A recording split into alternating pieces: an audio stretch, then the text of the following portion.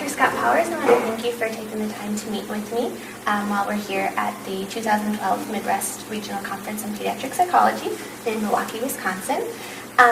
So really what we wanted to speak with you about was just getting an idea kind of about your present career, your training background, and then some thoughts about where you think the field of pediatric psychology is going. So where do you currently work, and what's your position there? I work at Cincinnati Children's Hospital Medical Center, and I'm a professor of pediatrics at the University of Cincinnati College of Medicine. Okay. Our medical center is in the Department of Pediatrics, and we have divisions. There's about 54 divisions within the department. Wow.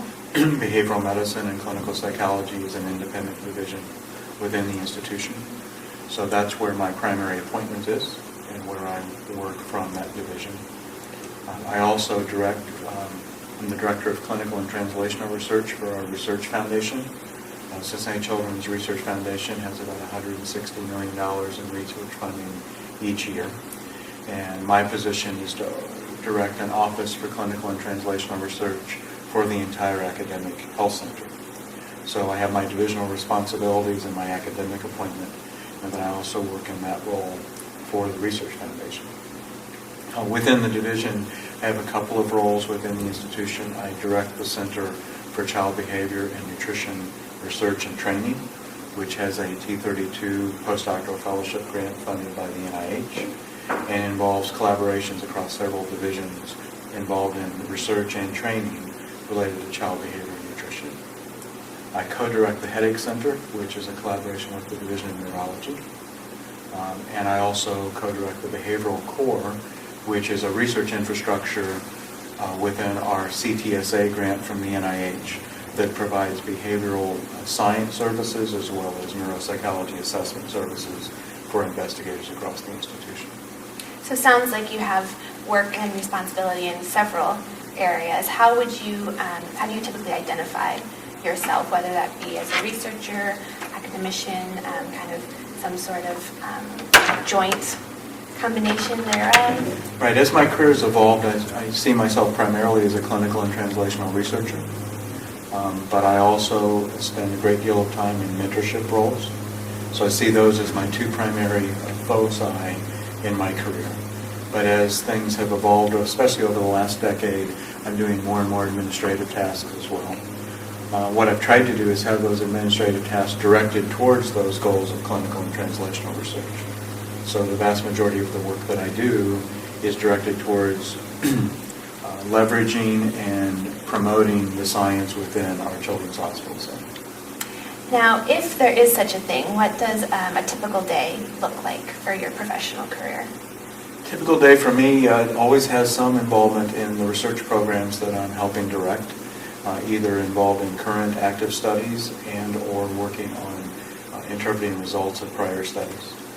My lab staff is about 8 people working directly on those types of projects in addition to my collaborations. Also each day I'm working with the folks in the Office for Clinical and Translational Research, which is a staff of about 40, providing support across the academic medical center and across Children's Hospital. So I would say on most days I'm actively involved in my research, actively involved in my administrative roles, and then also providing mentorship to fellows, residents, and junior faculty colleagues. So in a given day, I probably do some of each of those activities. I don't do as much direct patient care as I did earlier in my career. Most of the work I do now is supervising fellows and residents that are providing the care themselves, or working with colleagues who are clinical faculty members in our division who provide a lot of the care through the Headache Center, for example. And how about, you mentioned collaboration for other professionals outside of kind of the field of psychology. Who else in other disciplines do you work with, and what have those experiences been like for you?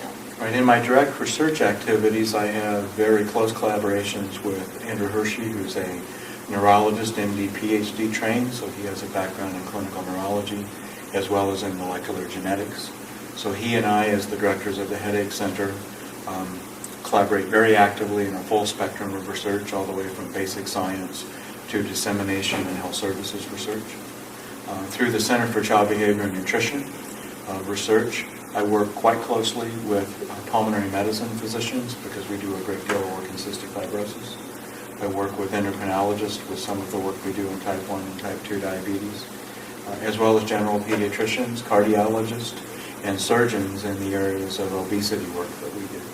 So I have a lot of activities in research that involves active scientific collaboration with colleagues, more than a psychologist going into a center or a clinic and having access to populations. Most of the work I do is truly interdisciplinary in designing the science. That's why there's such a large spectrum of work that we do, from basic science to health outcomes. We do a lot of pharmacological research as well. So those interactions with those colleagues are key to that part of my career. For the Office for Clinical and Translational Research, we have 700 faculty in pediatrics at Cincinnati Children's, and that office is available to all of those faculty members. So in that role, I'm working with individuals and disciplines and subspecialties that basically are the full gamut of the 55 divisions across our institution. Okay. And what does that office, how does that kind of function? Or I know you mentioned what the goal is. How do you kind of help get your colleagues to meeting that goal? Sure. A lot of that is through active collaboration and going out and talking to your colleagues about things that may enhance their research. So there's a marketing component to that, both within the institution, but also marketing our institution to industry and other interested parties that may want to do research with populations in Cincinnati. So we have a director of marketing and communications within the office who has a separate staff that I help oversee that involve marketing the institution as well as marketing our services within the institution.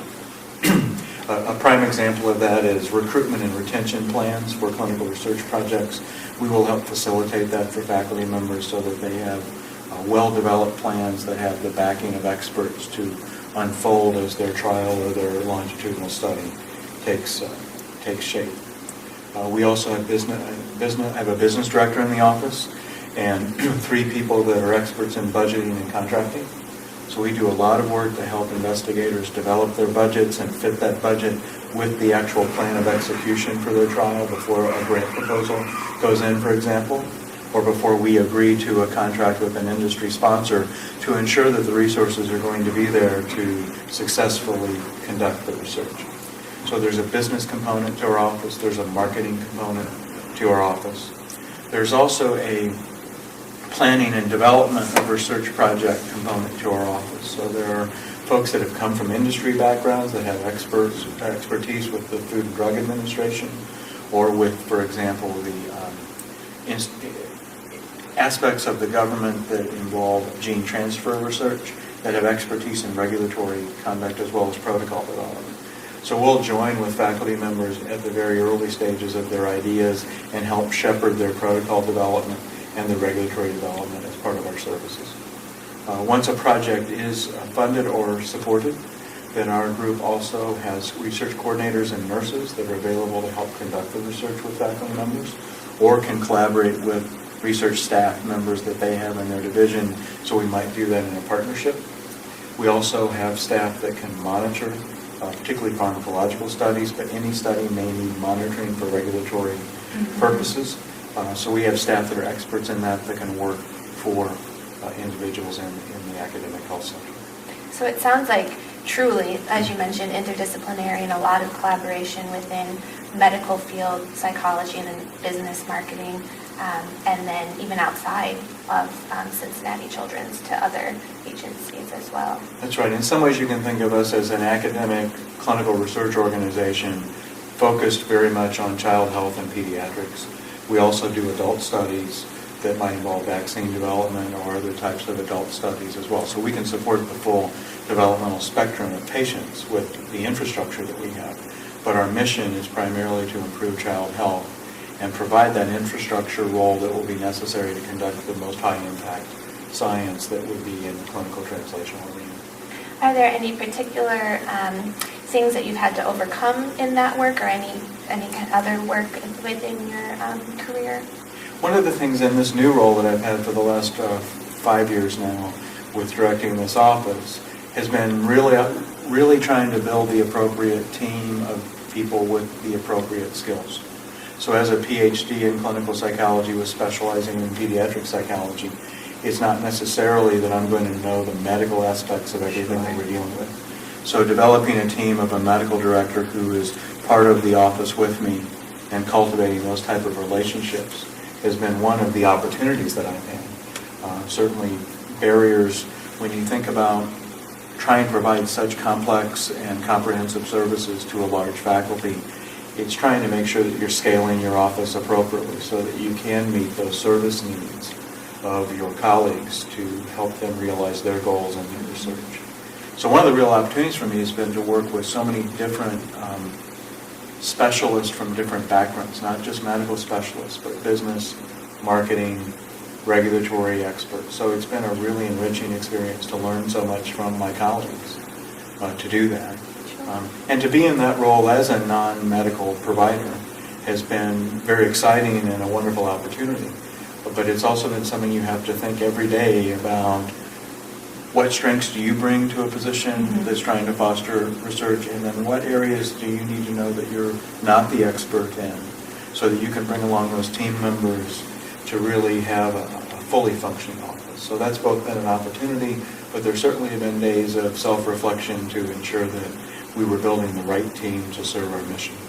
So kind of recognizing your strengths and your particular training, and then being able to facilitate other people and using their own strengths and for their specific specialty or training as well. And one of the things I found exciting as a psychologist in that role is that you can bring your background and your training to facilitate team development, to advance your own leadership skills so that you are getting the right people on the team with the right mission.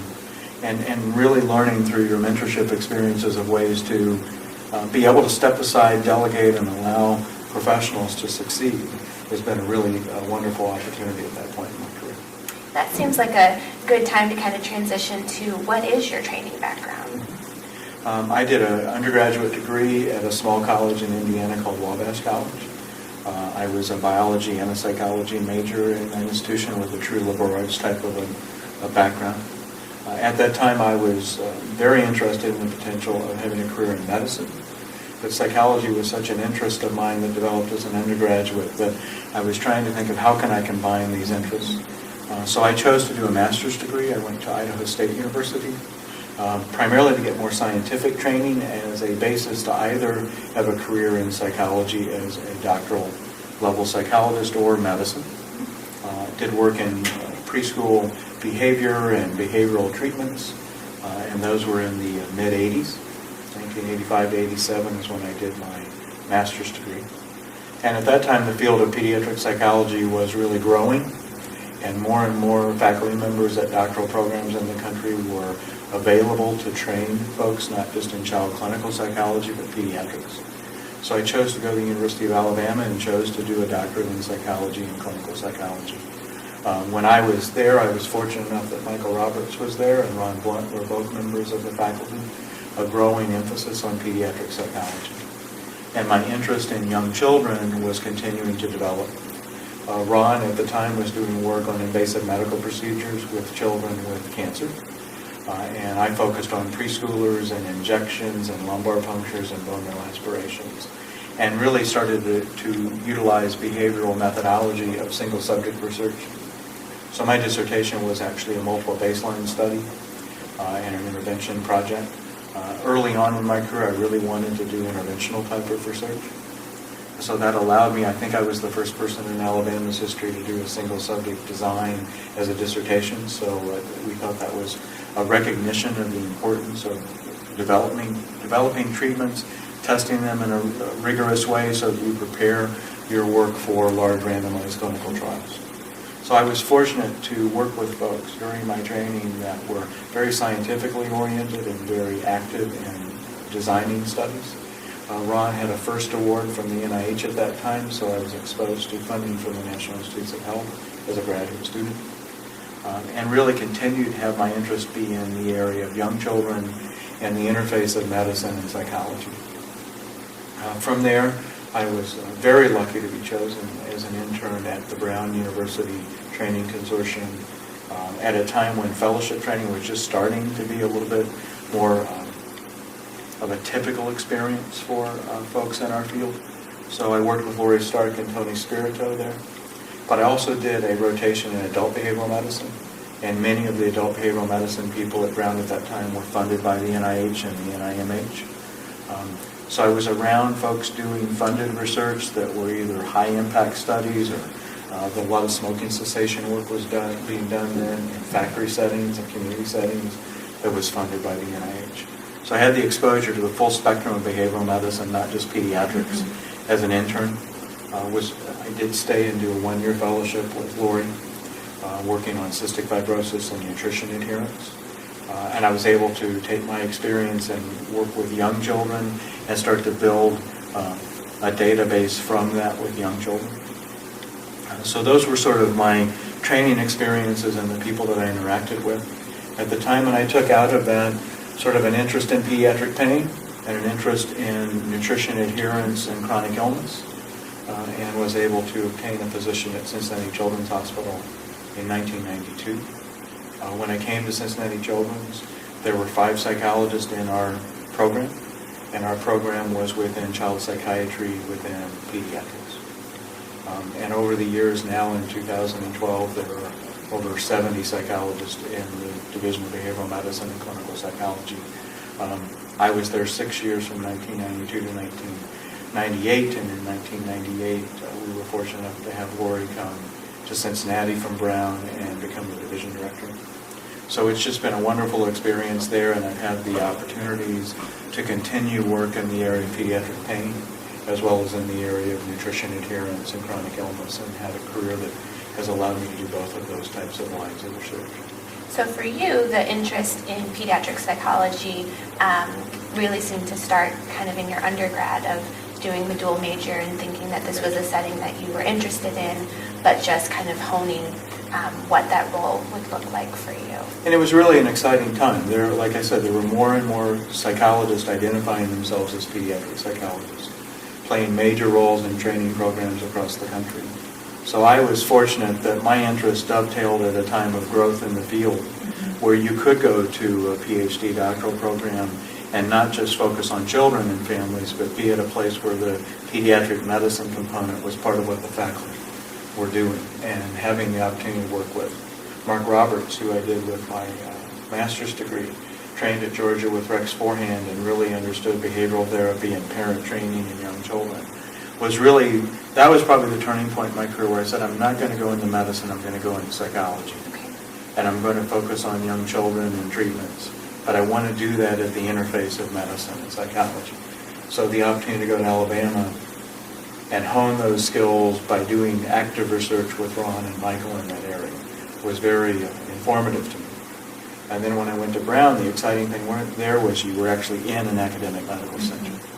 And you were in a hospital setting where psychologists were thriving within a psychiatry department.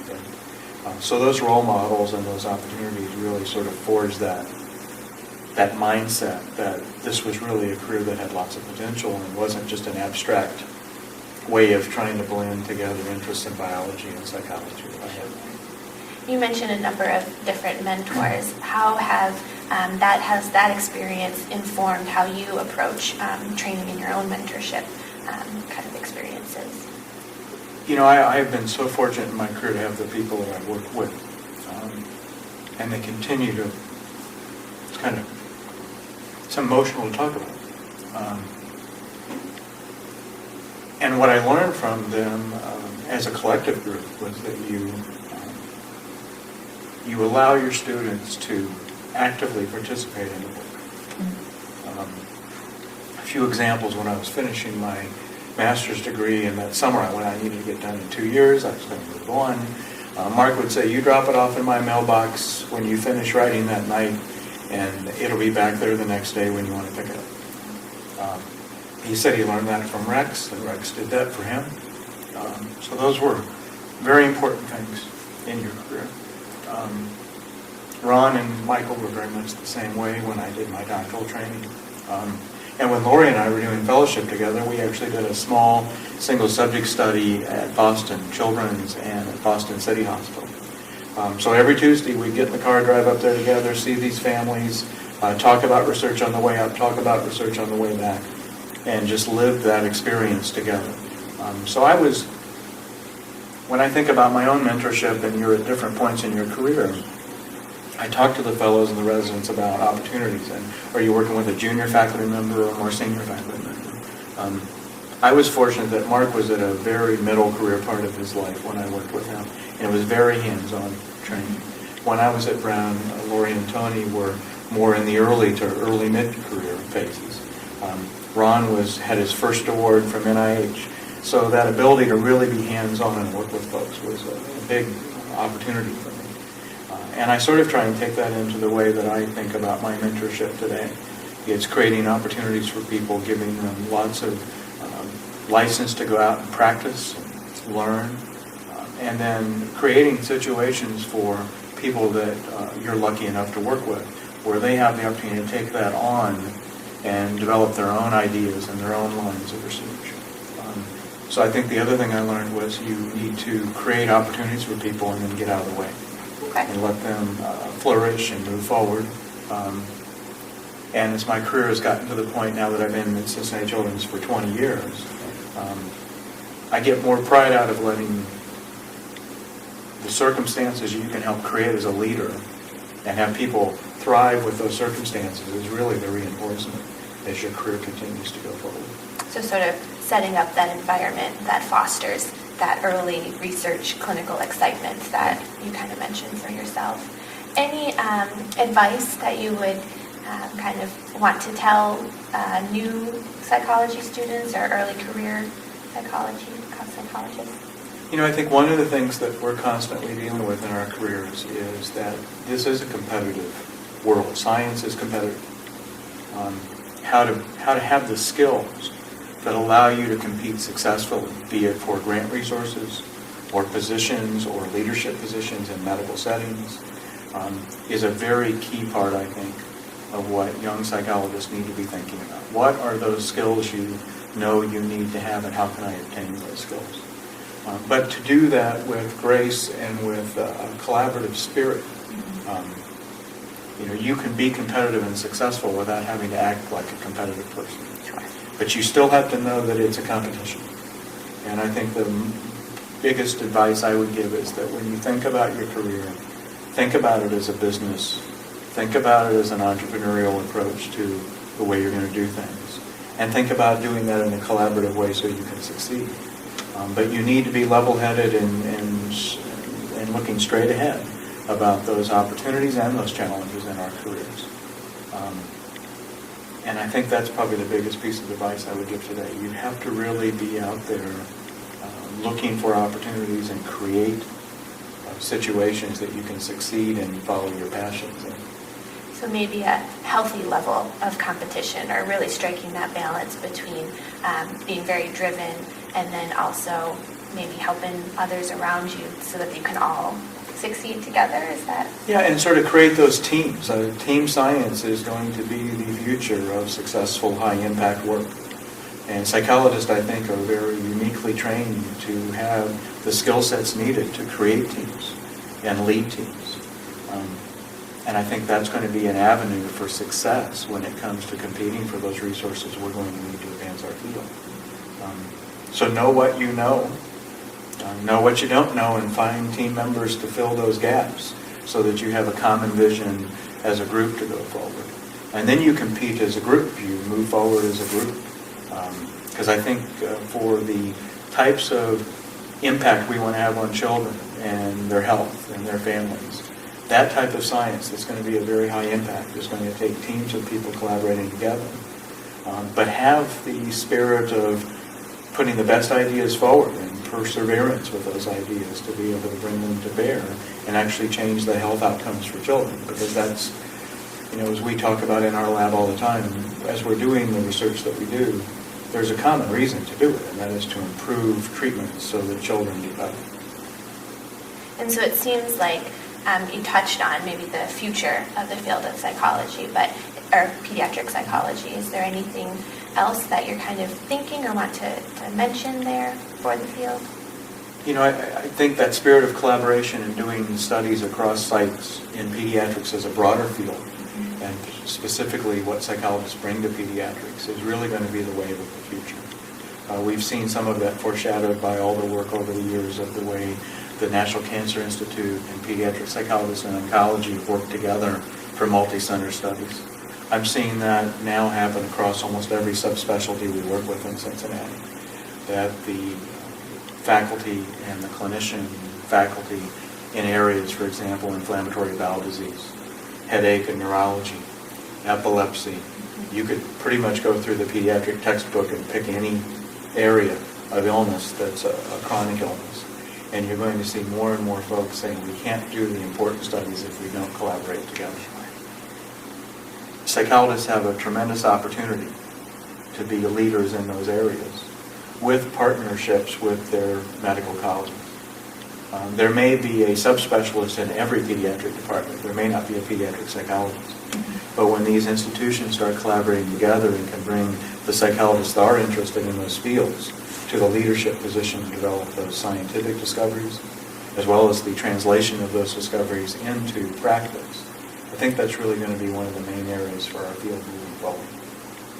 Is there anything that we haven't kind of touched on that you were thinking you might want to discuss, or any other closing thoughts? I think as you had presented some of these questions and my thinking about having this conversation, I think the sky is really the limit for our profession, because we're trained scientifically, but we're also trained as clinicians at the same time.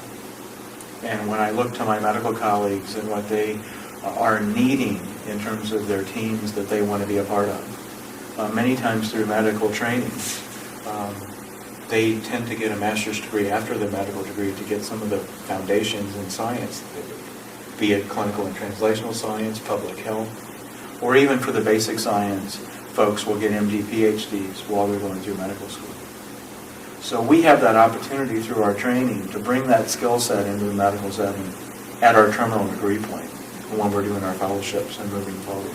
So I think the opportunities for our field to be generative and help pediatrics as a broader field advance probably have never been greater, particularly if we can integrate ourselves within those settings where our pediatric colleagues are.